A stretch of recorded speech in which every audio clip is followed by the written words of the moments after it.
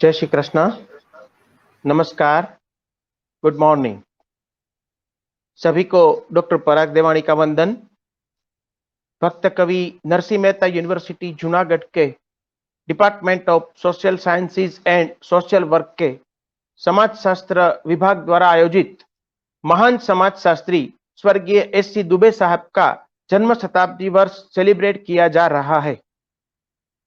आज 100 इयर्स दुबे साहब को कंप्लीट हो रहे हैं और हमारी जो ये अंतिम वेबिनार में सब लोग हमारे साथ पूरे देश में से हजारों की संख्या में जुड़े हुए हैं। तो हम सबका ये स्वागत प्रवचन के लिए मैं भक्त कवि नरसिंह मेहता यूनिवर्सिटी के डिपार्टमेंट ऑफ सोशियोलॉजी के अध्यक्ष एवं हमारे वडील डॉक्टर जयसिंह झाला सर को आमंत्रित करूंगा कि सबका स्वागत प्रवचन करें। प्लीज सर, डॉक्टर जयसिंह झाला सर। बीज रूप वक्तव्य के लिए उपस्थित हरीश गौर विश्वविद्यालय सागर मध्य प्रदेश के समाजशास्त्र के प्रोफेसर एवं रीजनल डायरेक्टर दिवाकर सिंह राजपूत साहब एवं विज्ञान लेखिका शुभ्रता मिश्र जी जो एवं इस संगोष्ठी के चेयरपर्सन के रूप में उपस्थित IF चौहान साहब एवं डिजिटल माध्यम से जुड़े हुए आप सभी लोगों का मैं डॉक्टर जयसिंह बी झाला अध्यक्ष समाजशास्त्र विभाग भक्त कवि नरसिंह मेहता विश्वविद्यालय जूनागढ़ गुजरात से हार्दिक स्वागत एवं अभिवादन करता हूं। आज दूसरे बीजरूप वक्तव्य के लिए हमारी साथ शुभ्रता मिश्र जी उपस्थित हैं जो मूलतः विज्ञान की लेखिका है। पिछले 25 वर्षों से विज्ञान में लेखन कर रही है। वर्तमान में वे गोवा में रह रही है। डॉक्टर शुभ्रता मिश्र तत्कालीन राष्ट्रपति महोदय महामहिम प्रणब मुखर्जी के कर कमलों से भारत सरकार के राजभाषा विभाग का राजीव गांधी ज्ञान विज्ञान मौलिक पुस्तक लेखन का प्रथम पुरस्कार से सम्मानित है। इसके अलावा मध्य प्रदेश युवा वैज्ञानिक पुरस्कार, आचार्य चाणक्य पुरस्कार, विज्ञान साहित्य रत्न से सम्मानित है। डॉक्टर हरीश गौर विश्वविद्यालय सागर में आपने वनस्पति शास्त्र में MSc की पदवी प्राप्त की थी और ICASR फेलोशिप के साथ PhD और पोस्ट डॉक्टरल के शोध कार्य भी किया है। पर्यावरण विज्ञान वनस्पति शास्त्र जैसे विषयों पर 21 से अधिक आपकी पुस्तकें प्रकाशित हो चुकी हैं। प्रतिष्ठित पत्र पत्रिकाओं में आप दिन ब दिन लेख लिखते हैं। देश के विभिन्न संस्थानों में अब तक लगभग 100 से अधिक आमंत्रित व्याख्यान आपके हो चुके हैं। आकाशवाणी और दूरदर्शन से प्रकाशित होने वाले कार्यक्रमों में भी आपने कई बार व्याख्यान दिए। सबसे बड़ी बात यह है कि शुभ्रता मिश्र जी दुबे जी के साथ पारिवारिक संबंधों से जुड़ी हुई है और हमारे विशेष आग्रह को ध्यान में रखते हुए ही आज वो हमारे साथ उपस्थित रही है। मैडम, आपका एक पारिवारिक दुबे साहब के साथ एक पारिवारिक नाता रहा है और इसी उपलक्ष्य में आज हमारे साथ आपका उपस्थित रहना हमारे लिए बेहद गौरव की बात है। आपका भी मैं तहे दिल से इस संगोष्ठी में हार्दिक स्वागत एवं अभिवादन करता हूँ। साथ ही साथ प्रारंभ से लेकर आज तक हर हमेशा हमारे साथ डिजिटल माध्यम से भारत के विभिन्न प्रांतों से जुड़े हुए समाजशास्त्र मानव शास्त्र के प्रोफेसर अध्यापक एवं विद्यार्थियों का मैं इस संगोष्ठी में तहे दिल से हार्दिक स्वागत एवं अभिवादन करता हूँ। दोस्तों, आप सब जानते हैं कि ये मेहमानों के संक्षिप्त परिचय के बाद आज के इस कार्यक्रम के बारे में मैं आपको अवगत कराना चाहता हूँ। आप सब जानते हैं कि भारतीय सभ्यता में एवं संस्कृति में तिथियों का अपना एक विशेष महत्व है। जब ये तिथियां अपने नियत समय पर नए साल में आती हैं, तब इन तिथियों से संबंधित व्यक्तियों को पुनः स्मरण करने का, पुनरावलोकन करने का और पुनः विश्लेषण करने का हमें अवसर प्रदान करती है। इन तिथियों के साथ उनसे जुड़े व्यक्तियों की स्मृति पुनः जागृत होती है। आज ऐसे ही एक अवसर के रूप में हम उपस्थित हैं। आज का दिन भारतीय समाजशास्त्र के लिए महत्वपूर्ण दिन है क्योंकि आज से 100 साल पूर्व 25 जुलाई 1922 को मध्य प्रदेश के नरसिंहपुर जिले के सिवनी में भारतीय समाजशास्त्र एवं मानव शास्त्री श्यामाचरण दुबे जी का जन्म हुआ था और आज हम उनकी जन्म जयंती एवं शताब्दी वर्ष मना रहे हैं। श्यामाचरण दुबे भारत के महान समाजशास्त्रियों में से एक है। अपने जीवन काल के दौरान दुबे जी के समाजशास्त्र के विभिन्न विषयों पर कार्य किया है, जैसे कि ग्रामीण समाजशास्त्र, सामुदायिक विकास, भारत में आधुनिकरण, भारतीय जनजातीय विरासत, आधुनिकरण एवं विकास, परंपरा एवं विकास, सामाजिक परिवर्तन, भारतीय समाज आदि विषयों पर आपने काम किया है। और इस रूप से देखें तो उन्होंने समाज जीवन के हर एक पहलू को समझने का प्रयास किया था। एक बहुआयामी व्यक्तित्व के धनी के लिए साहित्यकार कांति कुमार अपनी पुस्तक जो कहूँगा सच कहूँगा में श्यामाचरण दुबे जी के लिए डिलक्स प्रोफेसर की उपाधि से सम्मानित करते हैं। और हम समाज विज्ञान में दुबे जी को एससी दुबे के नाम से न केवल भारत बल्कि पूरे विश्व में जानते हैं। इस तरह वो एक अच्छे शिक्षक, उत्कृष्ट शोधकर्ता और कुशल प्रशासक थे। इस प्रकार बहुत कम लोगों में इन तीनों का सुभग समन्वय हमें देखने को मिलता है, जो हमें एससी दुबे साहब के जीवन में देखने को मिलता है। ऐसे बहुआयामी व्यक्तित्व के धनी के शताब्दी वर्ष को हम कैसे मनाएं? जब यह विचार मन में आया तब यह विचार आया कि ऐसे व्यक्ति की शताब्दी केवल उनके कार्यों को सही मायने में उजागर करके ही हम मना सकते हैं। और इसी विचार को मूर्तिमंत करने के लिए साल भर में दुबे साहब की द्वारा किए गए शोध एवं संशोधन को लेकर 12 से अधिक व्याख्यानों का ऑनलाइन माध्यम से हमने आयोजन किया है, जिनमें हमारे साथ भारत के विभिन्न प्रांतों से समाजशास्त्र एवं मानव शास्त्र से जुड़े हुए विशेषज्ञ शामिल हुए थे। उन्होंने दुबे साहब द्वारा किए गए कार्यों पर अपने विचार रखे। इस व्याख्यानों के बारे में मैं आपको संक्षिप्त बताना अनिवार्य समझता हूं। तो सबसे पहले 25 जुलाई 2021 को पहला व्याख्यान, जब दुबे जी ने 99 ईयर्स पूर्ण किए और शताब्दी वर्ष में प्रवेश कर रहे थे, तब पहला व्याख्यान शताब्दी वर्ष के उपलक्ष्य में हुआ था। उसमें भी चेयरपर्सन के रूप में हमारी विश्वविद्यालय के कुलपति श्री प्रोफेसर चेतन त्रिवेदी साहब उपस्थित थे। और उस दिन बीजरूप व्याख्यान के लिए प्रोफेसर दिवाकर सिंह राजपूत साहब एवं सरदार पटेल विश्वविद्यालय के समाजशास्त्र विभाग के अध्यक्ष प्रोफेसर आर.एस. मकवाना साहब उपस्थित थे। उसके बाद दूसरा व्याख्यान हुआ जिसमें भारत के अग्रगण्य समाजशास्त्री प्रोफेसर बी.के. नागला साहब उपस्थित थे, जिन्होंने एससी दुबे साहब का इंडियन चेंजिंग विलेज पर जो सबसे बड़ी पुस्तक थी उस पर अपने विचार प्रकट किए थे। और उसमें चेयरपर्सन के रूप में हमारे साथ उपस्थित थे भारत के जाने माने समाजशास्त्री प्रोफेसर विद्युत जोशी सर। उसके बाद एक लेक्चर और हुआ जिनमें प्रोफेसर दुबे साहब के अकादमिक कार्यों के साथ साथ उसके सामाजिक जीवन के पहलुओं को समझने के लिए वो एक अध्यापक, शिक्षक, शोधकर्ता और वहीवटकर्ता के साथ साथ अपने फैमिली में, अपने कुटुंब में किस प्रकार के रहते थे उसको जानने के लिए सुब्रता मिश्र जी का व्याख्यान का आयोजन किया था, जिसमें उसने डॉक्टर दुबे साहब के family memories of professor Shyamacharan Dubey title के अंतर्गत व्याख्यान पहुंचा सके थे। मुझे बेहद खुशी है कि आज शताब्दी वर्ष के उपलक्ष्य में हमारे साथ दुबे साहब के पारिवारिक रिश्ते से जुड़ी हुई सुब्रता जी, दुबे साहब के विश्वविद्यालय जन्मभूमि और कर्मभूमि से जुड़े हुए दिवाकर साहब एवं जिस विश्वविद्यालय में प्रोफेसर दुबे साहब ने काम किया है, इसी विश्वविद्यालय में जिन्होंने यूजी एवं पीजी की पदवी प्राप्त की है और दुबे साहब के प्रत्यक्ष मार्गदर्शन में जिन्होंने कार्य किया है, ऐसे आई.एस. चौहान साहब आज इस सेशन में चेयरपर्सन के रूप में उपस्थित है। हमारे विश्वविद्यालय के कुलपति प्रोफेसर चेतन त्रिवेदी साहब भी इस सेशन में उपस्थित है। इन सभी लोगों का मैं पुनः तहे दिल से हार्दिक स्वागत एवं अभिवादन करता हूँ। Thank you. Thank you very much, Dr. Jala sir, for your warm welcome and introductory speech.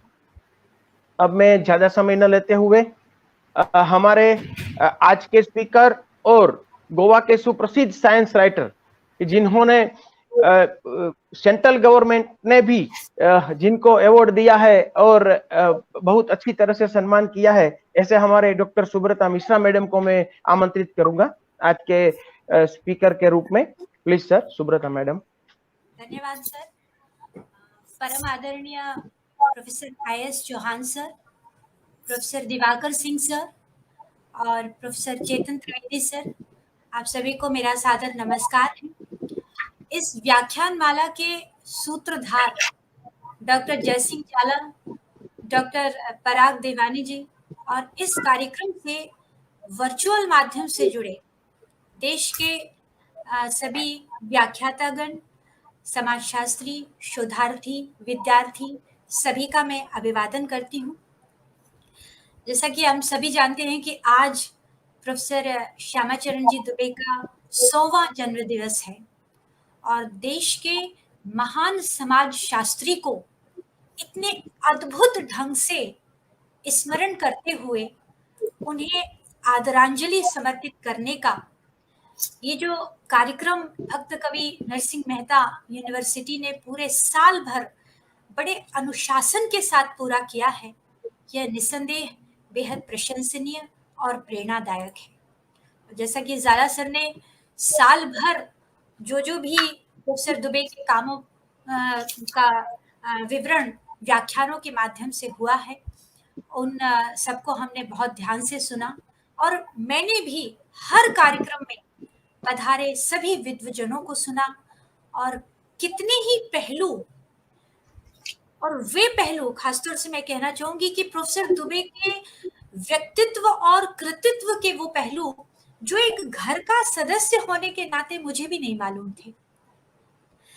लेकिन जब मैं ये सोचती हूँ कि मुझे क्यों नहीं मालूम था, क्योंकि वो तो मेरे मामा जी थे, तो भी वो चीजें जो व्याख्यानों में कही गई उनको मैं नहीं जानती थी। तो जब मैंने इस अनभिज्ञता का विश्लेषण किया तो मैंने पाया कि मुझे इतनी बातें, इतने सारे तथ्य प्रोफेसर दुबे के बारे में क्यों नहीं मालूम थे। तो एक बात समझ में आई कि प्रोफेसर दुबे घर में अपने परिवार के सदस्यों के साथ, और यदि मैं अपने बारे में कहूं तो सिर्फ मेरे साथ मेरे मामा जी होते थे।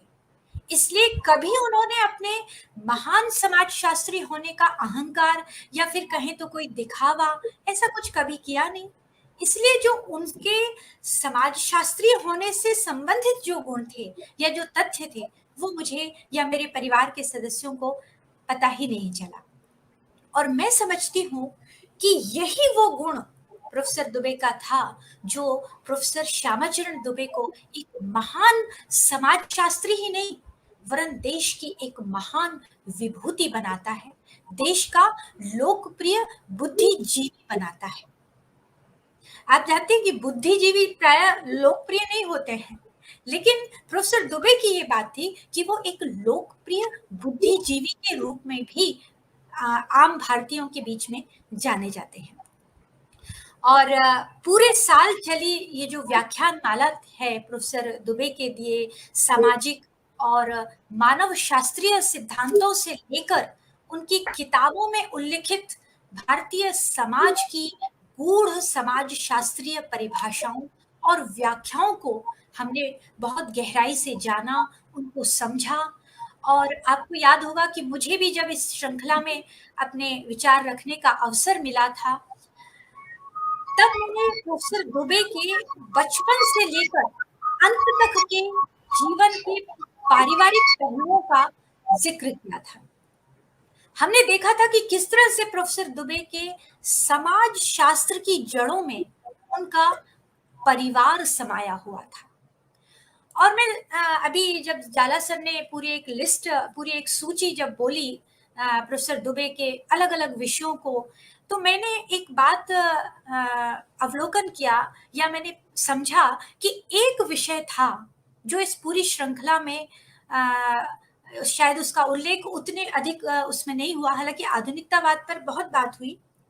एक विषय जो बाद में प्रोफेसर दुबे ने, क्योंकि वो हम लोग घर पे भी जब बात करते थे तो ये जो विज्ञापन आते हैं वस्तुओं के, उनमें वो अक्सर कहते थे जहां देखो जब देखो तब इस तरह के विज्ञापन आते रहते हैं। तो उसमें उन्होंने एक विषय जिसको बाद में उन्होंने उकेरा समाज को दृष्टिगत रखते हुए, और वो था उपभोक्तावाद की संस्कृति। तो इस तरह से आप दूसरी ओर देखेंगे कि प्रोफेसर दुबे अपने आसपास के आधुनिक हो रहे भारतीय परिवारों में उपभोक्तावाद की संस्कृति का भी बेहद सूक्ष्म अवलोकन करते हैं। उनका एक लेख है जो आजकल हमारे सीबीएसई के 9th क्लास में चलता है, भारत की उपभोक्तावाद की संस्कृति। उसमें वो किस तरह से बताते हैं कि समाज में जो सुख का अभिप्राय है, जो प्रतिष्ठा की परिभाषा है, वो अब बदल गई है। उपभोक्तावाद के इस युग में भोग उपभोग ही वो कहते हैं कि सुख है। सुख की वो परिभाषाएं जो भारतीय समाज में या भारतीय संस्कृति में एक आदर्श रूप में लिखी गई थी, वो अब बदल गई हैं क्योंकि उपभोक्तावाद का युग आ गया है। इसलिए भोग उपभोग ही जो है अब सुख है। वो कहते हैं कि आज की उपभोक्तावादी संस्कृति हमारे दैनिक जीवन को बुरी तरह प्रभावित कर रही है। ये एक चिंतन भी है और एक चिंता भी जो उन्होंने बदलते भारतीय समाज, भारतीय परिवारों में महसूस की, उसको उन्होंने बाद में लिखा। वो कहते हैं कि हम अब किसी भी वस्तु का इस्तेमाल सिर्फ इसलिए नहीं करते हैं कि वह हमारी किसी जरूरत को पूरा करती है, बल्कि हम इसलिए करते हैं कि उससे हम कितना अधिक दिखावा कर सकते हैं। तो ये जो भारतीय समाज में परिवर्तन आ रहा है, दिखावा की संस्कृति आ रही है, वो उपभोक्तावाद की संस्कृति से आ रही है। उन्होंने लोगों को कहना चाहा कि बहुत सी चीजें हम ऐसे खरीद लेते हैं जिनका कि कभी हमें इस्तेमाल ही नहीं करना है। हम उसको सिर्फ इसलिए खरीदते हैं क्योंकि हम उसको विज्ञापन में देखते हैं। विज्ञापन में देखने के कारण हम मजबूर हो जाते हैं कि नहीं, हमको इसको लेना है। या कि ये भी एक उपभोक्तावादी संस्कृति को उन्होंने सामने लेकर आए कि कहीं ना कहीं इसके कारण जो समाज में प्रतिष्ठा की परिभाषा परिवर्तित हुई है कि यदि हम वो सारी चीजें लेके आते हैं या हम वो सारी चीज उपभोग करते हैं उन वस्तुओं का, तो हमारी प्रतिष्ठा जो है वो परिवर्तित हो जाएगी या हमारी प्रतिष्ठा बढ़ जाएगी। लेकिन एक तरफ वो और कहते हैं कि किस तरह से गांधी जी ने भी उपभोक्तावाद के हमारे समाज को ये कहा था कि उपभोक्तावाद जो है हमारी समाज की नींव को हिला रहा है। ये बात बहुत पहले गांधी जी ने कहती थी और उसी से इत्तेफाक रखते हुए प्रोफेसर दुबे समाज की उपभोक्तावादी संस्कृति के कारण जो बदलाव आ रहे हैं उसको इंगित करते हैं प्रतिष्ठा और सुख को देखते हुए। वो हर विद्यार्थी को, शोधार्थी को या देश के हर व्यक्ति को ये कहना चाहते हैं कि उनमें जो सच्ची प्रतिष्ठा है वो सिर्फ तभी मिल सकती है जब आप अधिक परिश्रम करते हैं, और अधिक परिश्रम से या सही तरीके से यदि आपने काम किया है उसके एवज में यदि आपको कोई प्रतिष्ठा मिल रही है, वही समाज में आपको मिली सही प्रतिष्ठा है। बाकी सारी प्रतिष्ठाएं जो हैं वो सिर्फ दिखावा है, झूठी प्रतिष्ठा। तो ये एक पहलू था सर जो थोड़ा मुझे लगा कि इन व्याख्यान मालाओं में उपभोक्तावाद की संस्कृति का हमने नहीं लिया था। और इस तरह की और भी जो चीजें हैं जो आधुनिकतावाद और उपभोक्तावाद को लेके वो कहते हैं कि आधुनिक होने का जो दंभ भरा जा रहा है वो भारतीय समाज और संस्कृति की जड़ों को हिलाकर रख रहा है, और इस संदेश को, इस चुनौती को हमें देखना है, गहराई से समझना है, ताकि जो भविष्य में भारत बनने जा रहा है उस पर इसका प्रभाव कम पड़ सके, क्योंकि जब समझ में आया तभी शुरुआत जो है कर देनी चाहिए।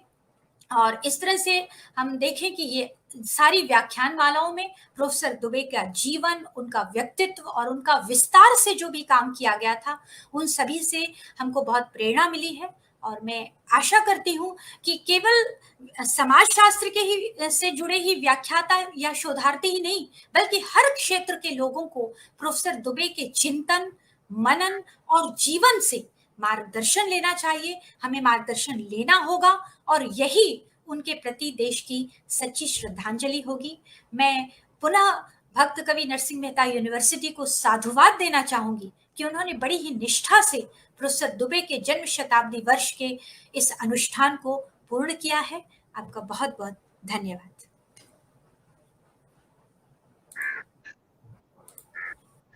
Thank you very much, Subrata madam, for your very informative and helpful speech. कई अनजानी बातें भी हम लोगों को सुनने को मिली दुबे साहब के बारे में। Once again, thank you very much.